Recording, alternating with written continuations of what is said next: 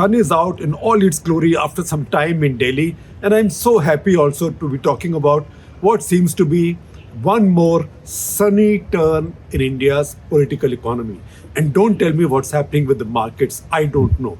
We don't know anything about stock markets. We don't know anything about currency markets, finance. We know very little about economy as well.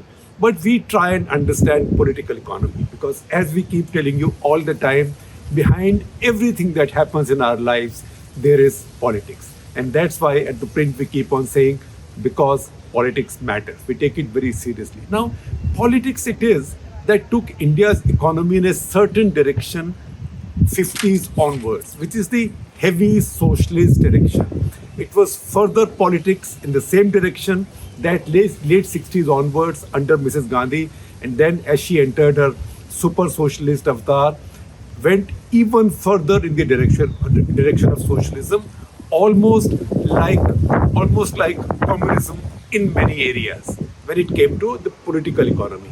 That has begun to reverse. We know that it began to reverse from 1991. That is the Manmohan Singh Narasimha Rao phase. But it is also true that some easing had started in Mrs. Gandhi's second post-emergency term, 1980 to 1984, and also some under Rajiv Gandhi, particularly when VP Singh was also in finance. Nevertheless, some major things are happening now. And why is it that I am saying that what we are talking about today is a particularly sunny turn? It's a particularly sunny turn because today Air India finally is being handed over to the Tatas by Government of India. Now, we had an earlier episode of Cut the Clutter on this, in fact more than one, but I will share with you a link of the last one where we had talked about how big a political step this is and how symbolic it is. It is not the biggest PSU by any stretch of imagination.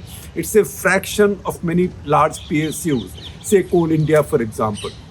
But it is significant because it is the most prominent brand which is a PSU. It is the most prominent brand that the Government of India has owned, that the Government of India acquired. The other point that we keep making with you repeatedly is that most of the PSUs are not what Government of India built. Maybe Steel Authority of India Limited, maybe BHEL, some of those Government of India built, NTPC, those Government of India built. But the rest, Government of India just did smash and grab. Most of these were successfully running operations. Look at all your oil distribution companies, for example, most of them barring Indian Oil. Those were MNCs, those were running quite successfully, quite profitably. One day, Mrs. Gandhi woke up and said, socialism, here I come, or capitalism, here I come. And she then swung that socialist machete around them. And those are the companies that government is now struggling to privatize, including BPCL, which it has been committed to doing in this financial year. I'm not sure it's going to happen or not. So among those companies was Air India. Government of India had acquired it. Now it's going. N. Chandrasekharan, the chairman of Tata Sons, who just got awarded his Padma Bhushan as well. Congratulations, Chandra. He had gone to meet the Prime Minister today. In fact, just a couple of hours earlier, which sparked the thought in my mind to feature this in today's Cut the Clutter. But I also thought that while that's a big turning point, that's a big sunny turning point on India's political economy, we have spoken enough about Air India. So what else do we talk about? Now, the thing that we talk about by way of a political signal to where your economy is headed.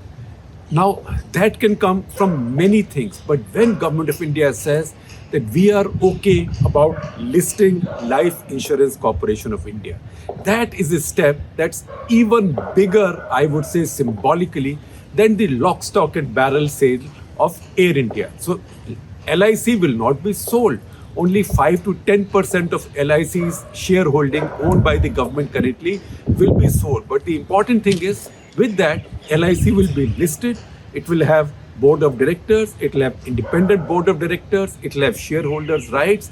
It will be then run as a proper corporation with a balance sheet, and hopefully will be able to take more of its decisions in the interest of its shareholders, not just as an instrument of the government. Also, I'm hoping that it will be able to compete better, because as we now know that private insurance companies have been growing. So this is a very interesting progress in India. First progress towards socialism, then hitting the bottom there, and then sort of slowly climbing its way out. And I will tell you a bit more about it and also explain to you why the listing of LIC will be such a big deal. We are not yet sure 100% that this will happen within this financial year. I'm given to understand that it will happen within this financial year, and government is hoping that they will be able to collect as much as 1 lakh crore rupees, because if the valuation of LIC is about 15 lakh crores as is now being estimated, although that still has some people unhappy, but if it's 15 lakh crores, it's a lot of money. So at 15 lakh crores, even if the government sold 7 or 8%, it will collect a lakh crore rupees. If it's 10%, it will be a lot more. So all the paperwork is being done. You see your TV channels, they're full of ads from LIC, also saying that if you're a policy holder, open your demat account, finish your formalities, because a percentage, about 10% of the IPO amount or IPO volume is going to be reserved for LIC's policy holders. And at this point, LIC's policy holders are anything between 25 to 30 crore Indians. That's a lot of Indians. In fact, the next largest life insurance company is a private company, of course, because among PSUs, only one does life insurance, that is LIC.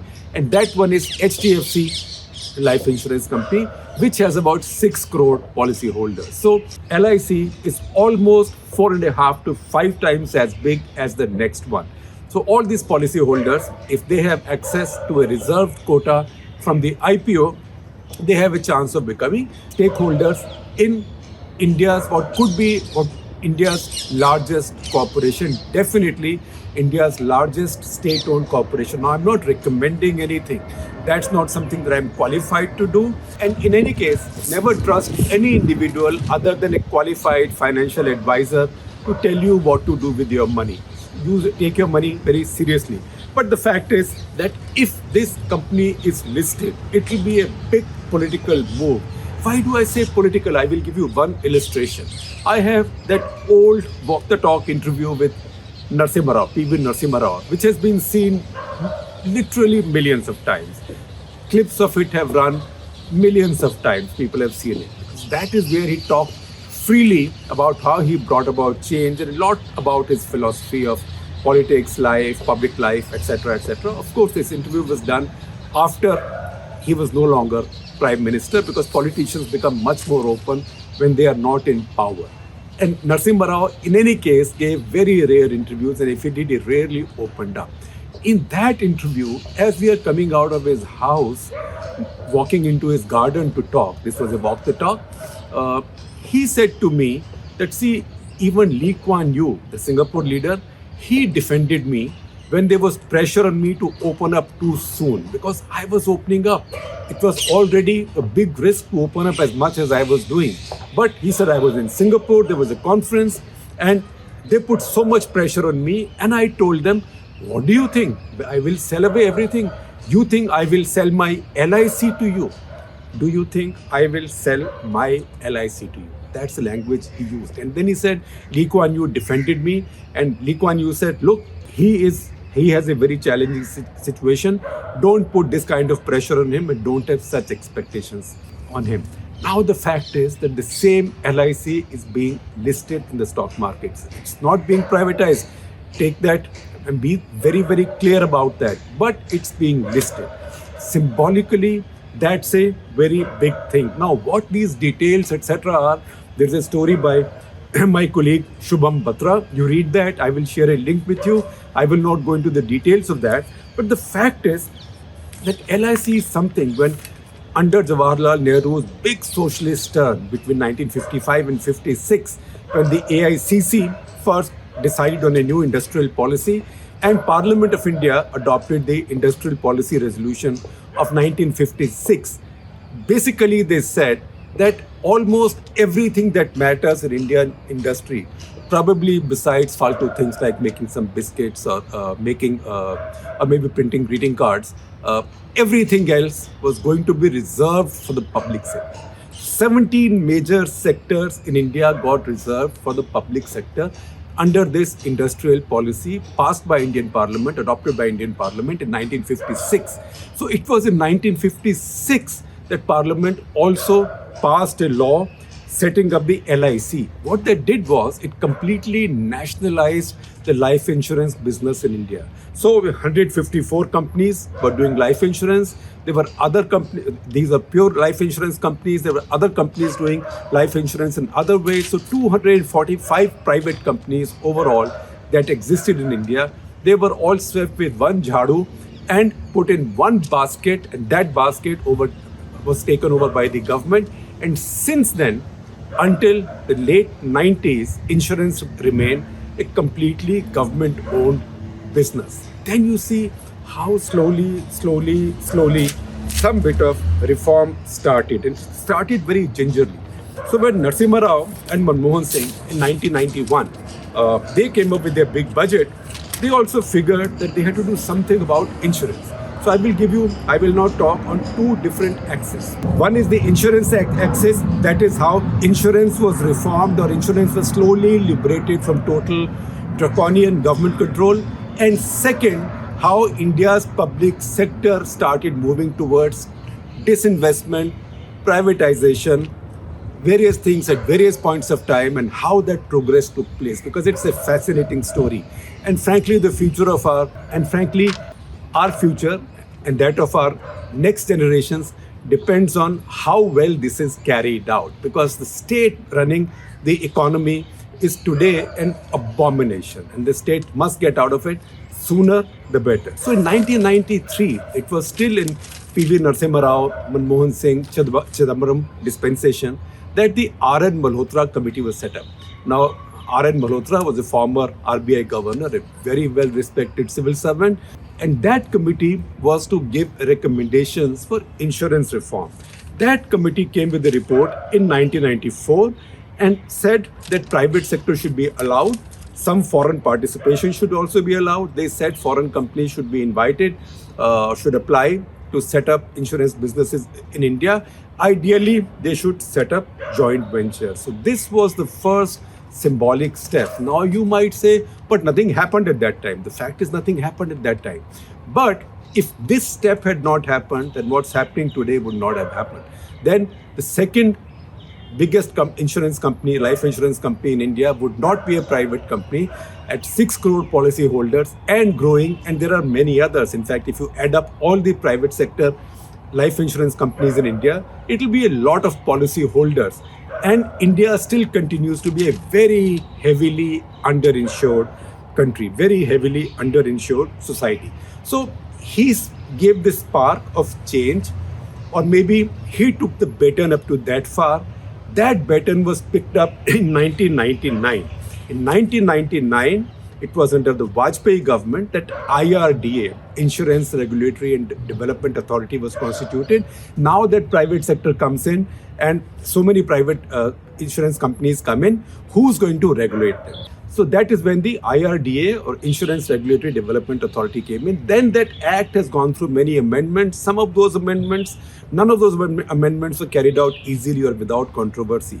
There's one that Vajpayee government tried, but Congress party did not support them. It seems that there was some understanding there that they will, but it was brought in on a day when most Congress MPs were not present.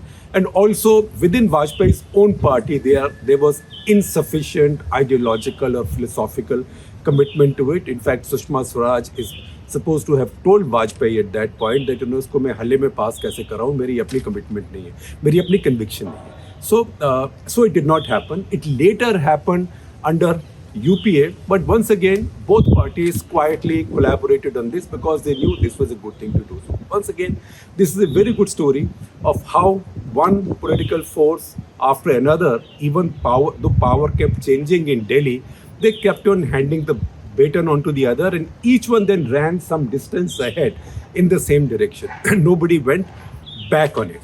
So that is how in 2000, Vajpayee government again, December 2000, they relaxed government's total control over general insurance business.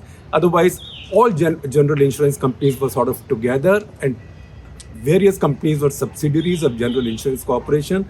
Vajpayee government sort of broke them up, or basically liberated the subsidiaries and said, you are your own companies in your own right. You can compete amongst yourselves. Again, you might say, it was a small step. But if that small step was not taken, we would not be where we are right now. Similarly, what is being done right now with LIC may look like a small step 10 years from now. But where you would see India's insurance business and where you would see India's public sector or India's state-owned businesses would not have been possible without this step. That's why this is a very important step. Now, similarly, if you look at the larger idea of disinvestment, now disinvestment is not such a new idea. Disinvestment has taken 30 years. 30 years because 1991, remember, Chandrasekhar came into power very briefly. And when the government came into power, Chandrasekhar only had 40 MPs. The government fell in very short while.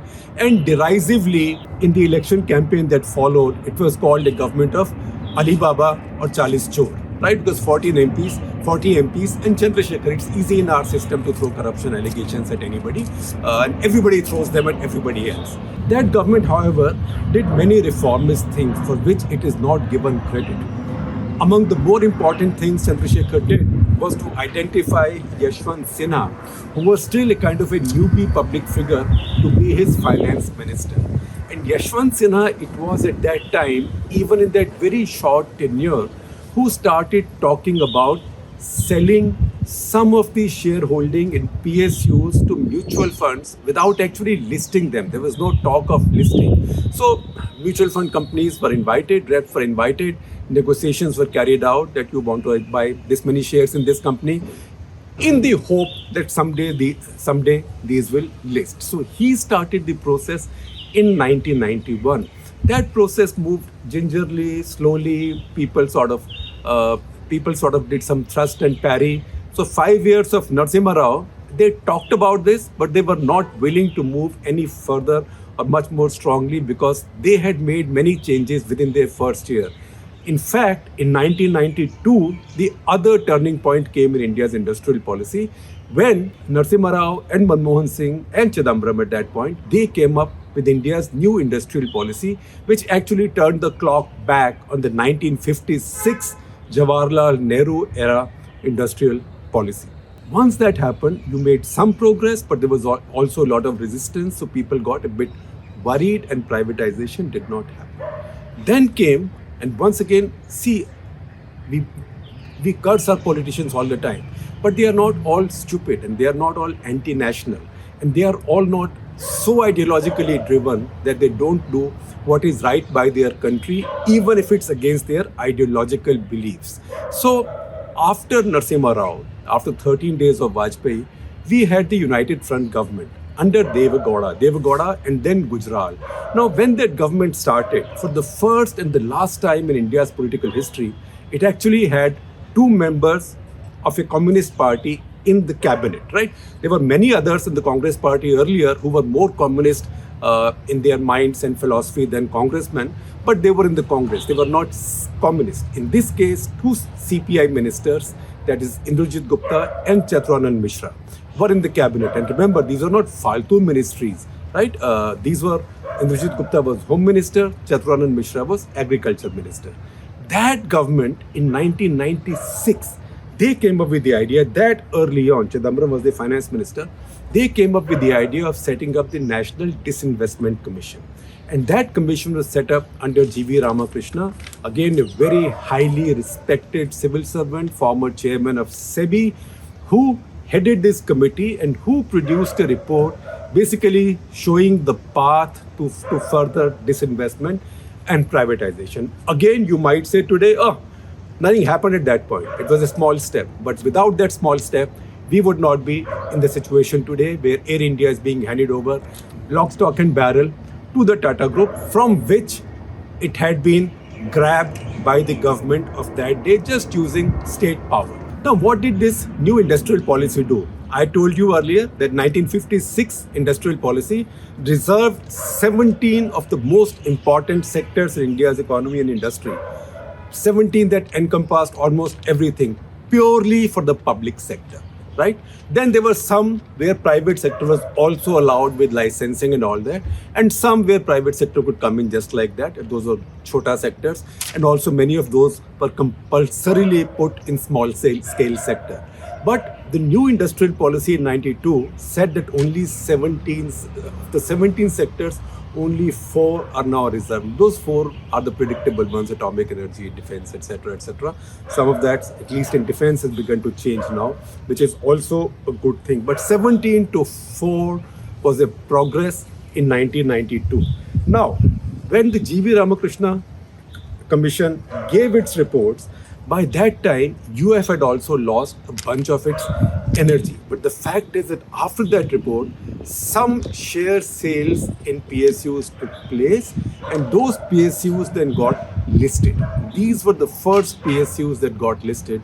Some of the oil companies, for example, and then NTPC, etc. They all got listed. And the next big change came when Maruti was sold, right? Because Maruti was a joint venture. Maruti was sold to Suzuki, the private sector partner, which was pretty much running the enterprise. And that again is something that went through many iterations in parliament and political debate. So that again was a big turning point in India's political economy. This was following the recommendations by many of these wise people. G.V. Ramakrishna Committee set up by United Front government. Also, C. Rangarajan Committee earlier that P.V. Narasimha Rao government had set up. Again, they were just recommendations. After that, in 1999, when Vajpayee took over, once again, he picked up the baton from United Front and ran ahead. And United Front government was India's most left-wing government ever. Because as I told you, it started by having 2 cabinet members from CPI, besides the fact that it was supported by, it only survived in the support of the left. So, Vajpayee then ran in the same direction, but faster. So 1999, Vajpayee set up Department of Disinvestment. 2001, September, this became a full-fledged Ministry of Disinvestment. And that is when Arun Shourie was given charge of the ministry. And the rest is better known history, so I'm not going into that. Now, nothing has moved so smoothly in this period, in this epoch in India's political history. Because there are lots of, first of all, there are lots of fears that what happens if private sector comes into insurance. Because remember, when insurance was nationalized in the mid-50s, one of the things that gave impetus to nationalization was the fact that many of these insurance companies were fly-by-night operations. There were many scandals. A lot of people were being swindled, policyholders, investors being swindled. Insurance companies were shutting down. Now, the prudent approach should have been, or would have been, to set up a strong regulator, as has been done now. Lay down the ground rules, set up a strong regulator. But in the 50s, nobody quite had the patience for all that. And India had gone the socialist direction anyway. In fact, it's just an interesting factoid, but fascinating nevertheless, that the parliamentarian who did the most effective whistleblowing and exposing of these scandals in our national parliament was late Feroz Gandhi himself. And because of the exposés that he made, some of these sham insurance company owners also went to jail. Now, Vajpayee started this, and we know it became very controversial, but still he was moving quite fast. And today we are still worrying over whether BPCL will be sold within this financial year or not. It's now been sort of waiting for the past couple of financial years because you're still waiting for the perfect time to sell it or find a buyer for it. But the fact is that BPCL and HPCL were almost on the verge of being sold or being disinvested under Arun Shourie's watch in the Vajpayee government. That is when the Supreme Court came up with something which is very, I would say, a strange judgment by Justice Rajendra Babu and Justice G.P. Mathur. Supreme Court of India had spoken that to disinvest in any company that Government of India owned, they had to go back to Parliament in case of each company and take Parliament's approval.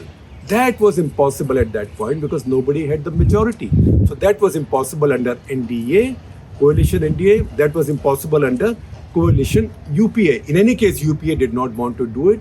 I will take you back again to tell you how difficult it is to get government out of a business once you get the government into it. That when UPA came to power, among the first things that happened once it became evident that this government will only come to power with the support of the left, that Mr. A.B. Bardhan, then of CPI, was asked that will you allow disinvestment to continue? And he said, "Bhaad mein gayi disinvestment." And the moment he said that famous or infamous comment, stock markets tanked big time immediately. Stock markets finally do find their level as they did, but this is just to make the point of how contentious privatization or disinvestment of government stake in PSUs has been all through. And various leaders have handled it in their own different ways. The UPA, for example, even tried to shut down or sell a company called Scooters India Limited, which is more or less defunct. But they were stopped from doing it. Why? Because Rita Bahuguna Joshi, who was then in the Congress party and in the ministry, she opposed it. She was the MP from UP, and she said, no, you can't do it. People will be unhappy. The fact is that she then joined the BJP, right? But at the same time, that company still remained where it was, defunct. So that's what tells you how difficult it is to do these things. And that's why we see this as a very major change. Now, I'll tell you what, before I let you go. What happens when government owns these companies or owns these businesses? Then government sees these as their own milk cows. You can milk it in the morning, milk it in the afternoon, milk it in the evening, milk it 6 times a day. You can even put the milk in deep freeze, you can gift it to your neighbor, or you can just spill it or let it rot, because governments have only that much worry about public money. So what happened, for example, with LIC? Just give you 1.5 example. IDBI Bank. When the bank was sinking, Government of India got LIC to put its foot in the breach and also put its wallet where the foot was. So 51% of shareholding in IDBI, which is a bank that was dying, LIC was made to buy. Now that is not something that was decided on a prudent basis by LIC's board in the interest of their shareholders. LIC did that just because they were given orders by their only shareholder. In this case, the almighty Bharat Sarkar. The same LIC, hang on and hold your breath at the irony and also the nonsense that this encompasses. The same LIC is a life insurance company. It should have a stake in all of us living longer and longer and longer. Because the moment a policyholder dies, they have to pay insurance. So if policyholders lead nice, long, ripe lives, insurance companies boom, which is the one industry which works at reducing our lifespans most effectively, most legitimately, and most legally. It is the tobacco industry, right? How much of shareholding in India's largest tobacco company, say ITC, does LIC of India has? It is 16%. So India's largest insurer, by the scale of 5x compared to its next competitor, which is HDFC Life, is also the largest outside investor or shareholder in the company, which contributes, or in the business, I will not say company, because that company does many other things. It has consumer goods. I also eat biscuits made by that company. That company does many things, but the fact is that an insurance company like LIC should be the last one to be investing in a tobacco company, because that is completely contrary, forget philosophy, that is completely contrary to its commercial interest. But why is it doing it? Obviously because Government of India wants it to keep a certain amount of shareholding in that company. And again, if you think that we are jumping to conclusions, which is the other big shareholder in that tobacco company, India's largest tobacco company, it's Government of India, through another government institution which Government of India inherited from Unit Trust of India, what is called as SUTI. So SUTI owns 8% of ITC, India's largest tobacco company. LIC owns 16%. That is 24%. A life insurance monopoly, a life insurance company owning shares in a tobacco company is a contradiction that can only exist in those socialist Raj.